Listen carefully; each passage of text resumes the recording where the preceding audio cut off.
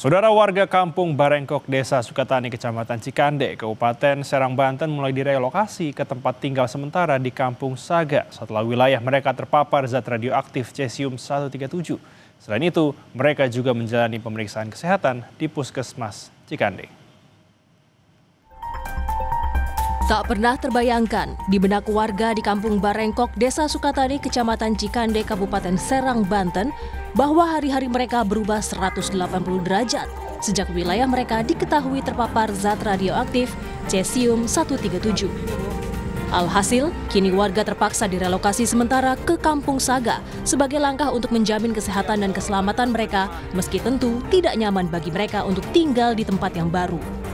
Relokasi kita jadwalkan 1 bulan ya, cuman tergantung dari pihak kabupaten maupun pihak BRIN bagaimana mereka secepatnya melakukan dekon di wilayah Kampung Barengkok.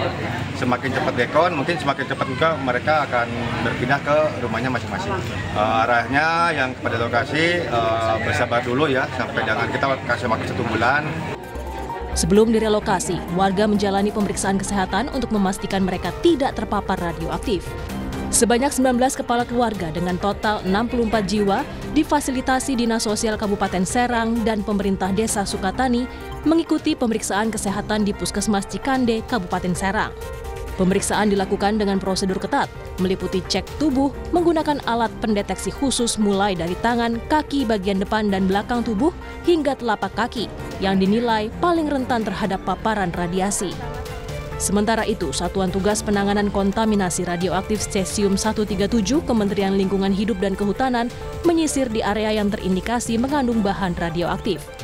Langkah ini dilakukan setelah ditemukan sejumlah tumpukan benda yang mengandung Cesium-137 di area permukiman warga dan masuk zona merah dengan tingkat paparan radiasi masih cukup tinggi. Suherdi, Kompas TV, Serang, Banten.